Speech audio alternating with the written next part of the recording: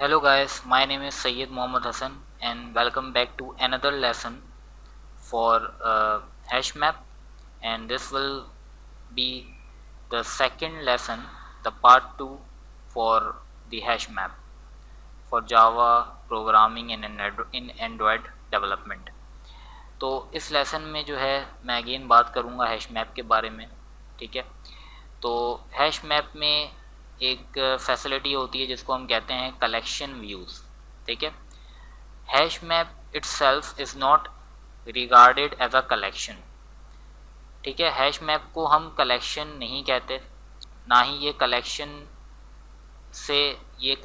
Collection interface को implement करता है, ठीक है। हैश मैप किसको इम्प्लीमेंट करता है?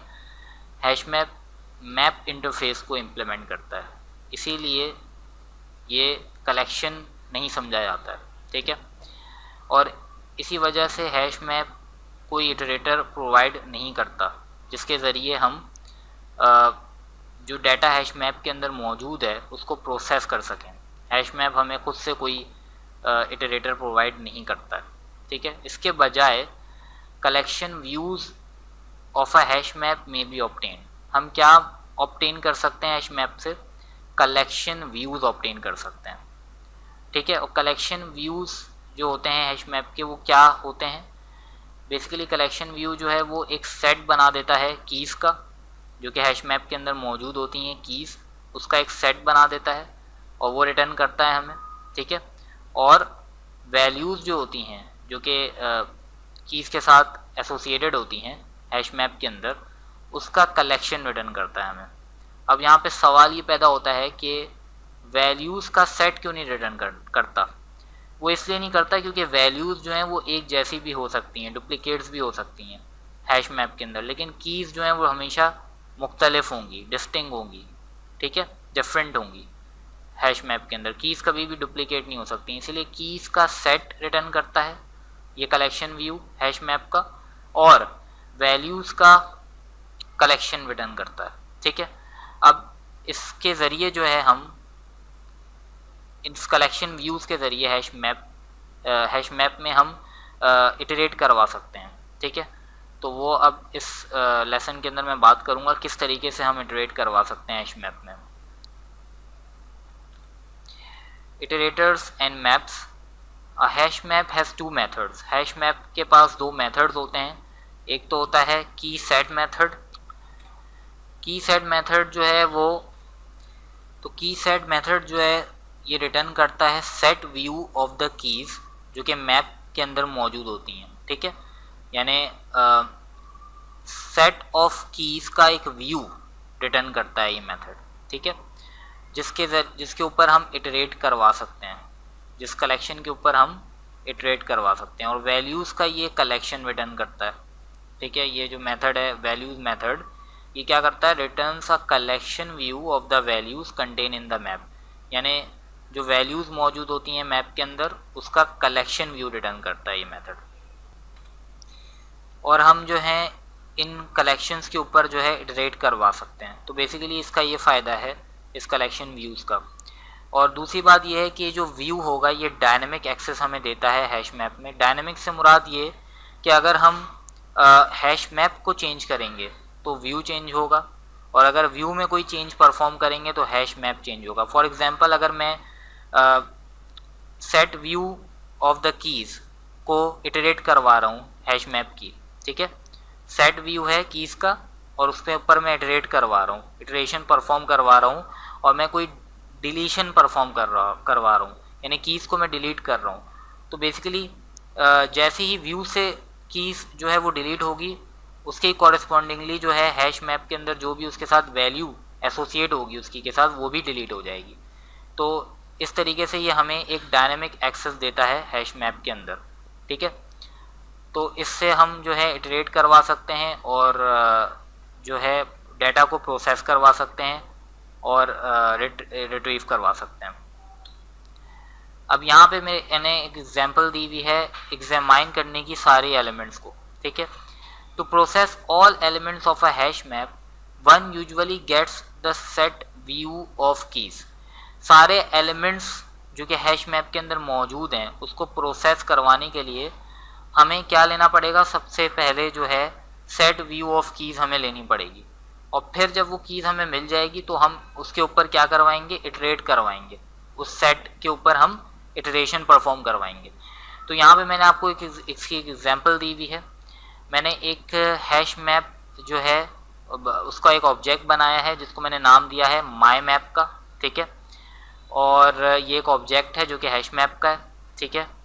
यहाँ पे मैंने क्या किया, मैंने इस ऑब्जेक्ट के ऊपर हैश मैप के मैंने की सेट का मेथड जो है वो कॉल करवाया है, ठीक है। यहाँ पे मैं की सेट का मेथड कॉल करवा रहा हूँ जो कि रिटर्न करेगा set view of keys contain in this map, ठीक है।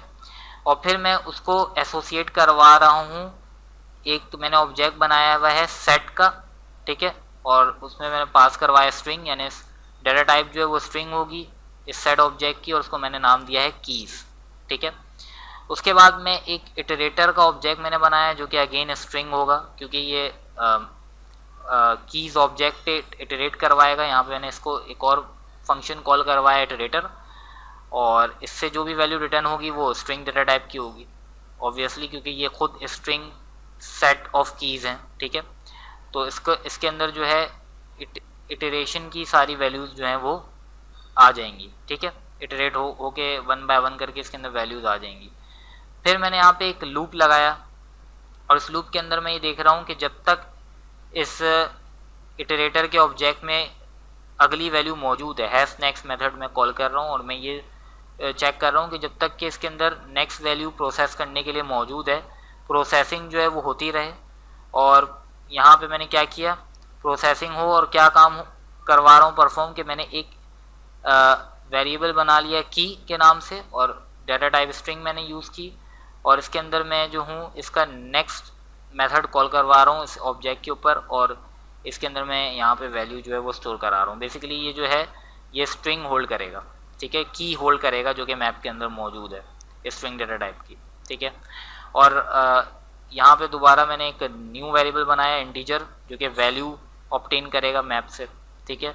और यहाँ पे दोबारा से मैंने ये माई मैप के ऑब्जेक्ट को कॉल किया जो कि मैंने ऊपर यूज़ किया था, और इससे मैं क्या कर रहा हूँ, इस की से, ठीक है, जो कि अभी करेंटली की जो है वो प्रोसेस जो हो रही है लूप के अंदर, उसको मैं रिटर्न करवा रहा हूँ, और उसकी मैं वैल्यू जो है वो इसके अंदर सेव करवा रहा हूँ, ठीक है। वो रिटर्न करके, क्योंकि वो मुझे क्या देगा, वैल्यू रिटर्न करेगा ये फंक्शन, और इसके अंदर मैंने यहाँ पे उसको सेव करवा दिया। और फिर इसके बाद मैंने प्रिंट करवाऊँगा by using print line function की और वैल्यू पेयर, ठीक है। जो भी कॉरस्पॉन्डिंग की है और वैल्यू है उसको मैं प्रिंट करवाऊँगा एक साथ। तो बेसिकली इस कोड से ये काम होगा कि इसमें हम इटरेशन परफॉर्म करवा रहे हैं, ठीक है, एक ऑब्जेक्ट के ऊपर हैश मैप के, और हम उसके जो है की और वैल्यू जो पेयर है वो प्रिंट करवा रहे हैं। और ये किसके ज़रिए हो रहा है, बाय यूजिंग की सेट मेथड, जो कि हमें सेट व्यू रिटर्न करेगा कीज़ का, जो कि मैप के अंदर, हैश मैप के अंदर मौजूद है, इस ऑब्जेक्ट के अंदर जो मौजूद है। उसके बाद सारे जो प्रोसेसिंग है वो मैंने आपको समझा दी है। तो इस तरीके से जो है हम एलिमेंट्स जो है हैश मैप के वो प्रोसेस करवाते हैं, ठीक है।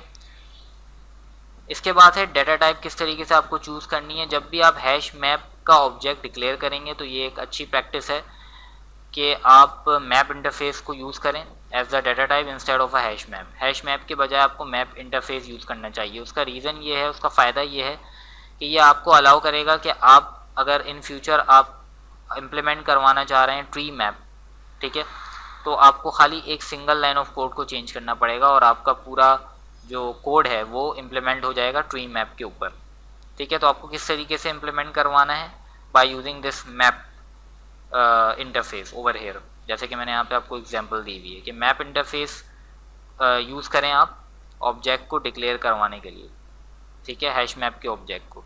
ये देखिए मैंने यहाँ पे हैश मैप का ऑब्जेक्ट डिक्लेयर करवाया है और मैंने जो इंटरफेस यूज़ की है वो मैप इंटरफेस यूज़ की है। और ये जो है ये रॉन्ग प्रोसीजर है कि मैं हैश मैप को यूज़ करूँ।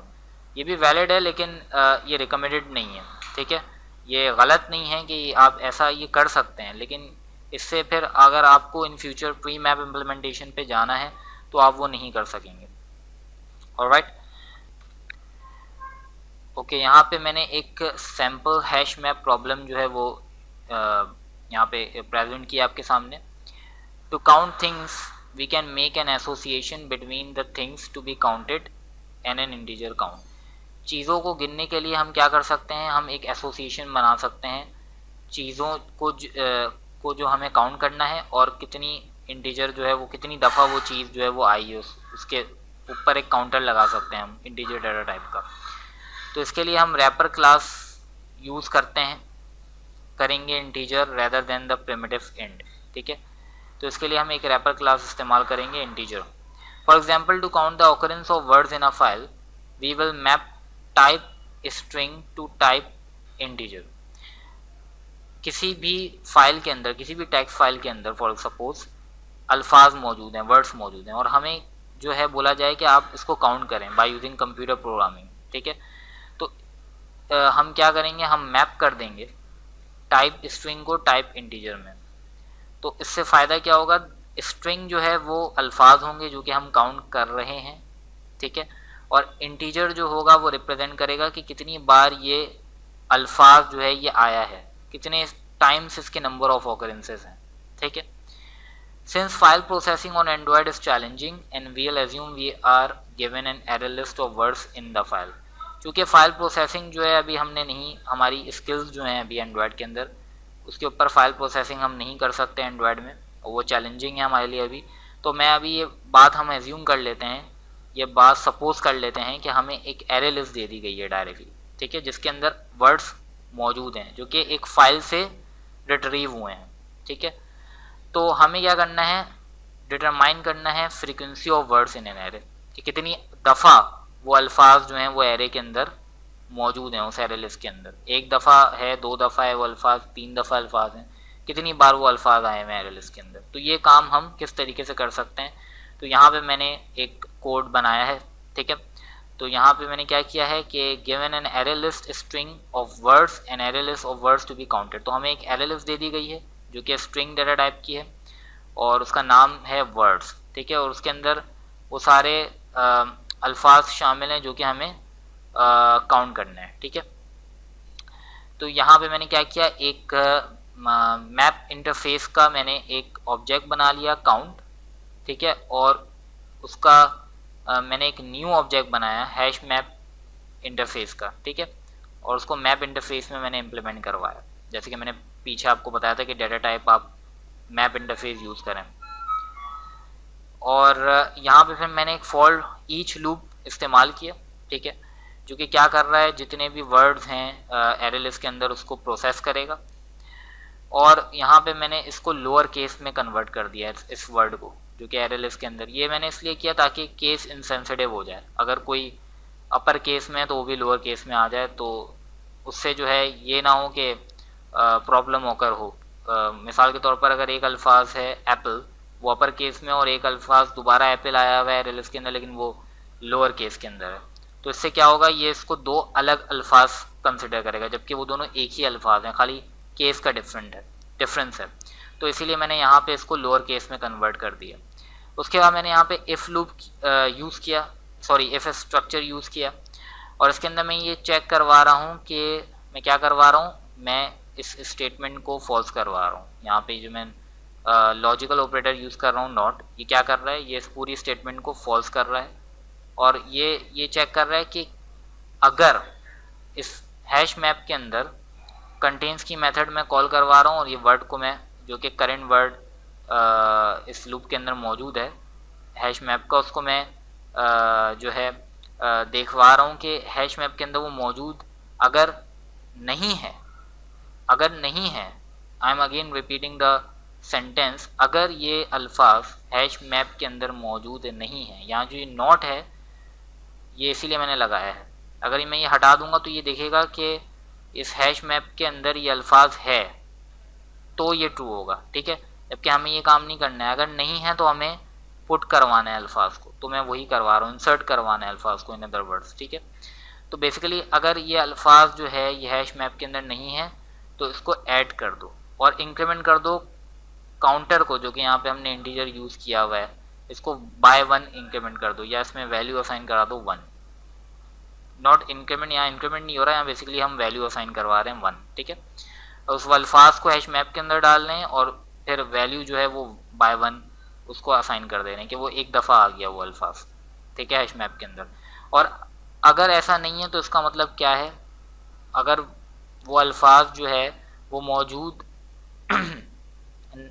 है तो फिर हमें क्या करना है, हमें उसके ऑकरेंसेस को बढ़ा देना है कि वो एक से ज़्यादा बार आ चुका है, ठीक है। तो यहाँ पे मैं वही कर रहा हूँ, यहाँ पे मैं क्या कर रहा हूँ, एल्स कंडीशन में कि उस अल्फाज को डाल दो उसके अंदर, और जाहिर सी बात है कि वो अल्फाज मौजूद होगा इस केस के अंदर। तो मैं यहाँ क्या कर रहा हूँ, मैं count dot get method use कर रहा हूँ कि उस अल्फाज को लेकर आओ, रिटर्न करो और उसकी वैल्यू को अपडेट कर दो बाय 1। यानी अगर वो पहले 1 था तो अब वो क्या हो जाएगा 2, वो अगर 2 है तो फिर क्या हो जाएगा 3। यानी इसका मतलब क्या है कि उसके नंबर ऑफ ऑकरेंसेस बढ़ गए, वो अल्फाज एक से ज़्यादा बार मौजूद है एरे लिस्ट के अंदर। तो इस तरीके से जो है हम ये एक प्रॉब्लम थी जिसका मैंने आपको सॉल्यूशन बताया इन कोड। आई होप कि आप ये समझ गए होंगे, और अगर नहीं समझे हैं तो दोबारा इस लेसन को रिपीट करें और पॉज कर करके वीडियो को देखें, और इंशाल्लाह आपको ये कोड जो है लाजमी समझ में आ जाएगा। और इसका जो बेसिक जो पर्पस था वो ये था कि हम ये मालूम कर सकें कि एक अल्फाज जो है एरे के अंदर, एरे लिस्ट के अंदर वो कितनी बार आया है। तो इसको मालूम करने के लिए मैंने यहाँ पे हैश मैप को यूज़ किया। So that's about it guys for hash map. Thank you very much for watching this lesson. Bye for now.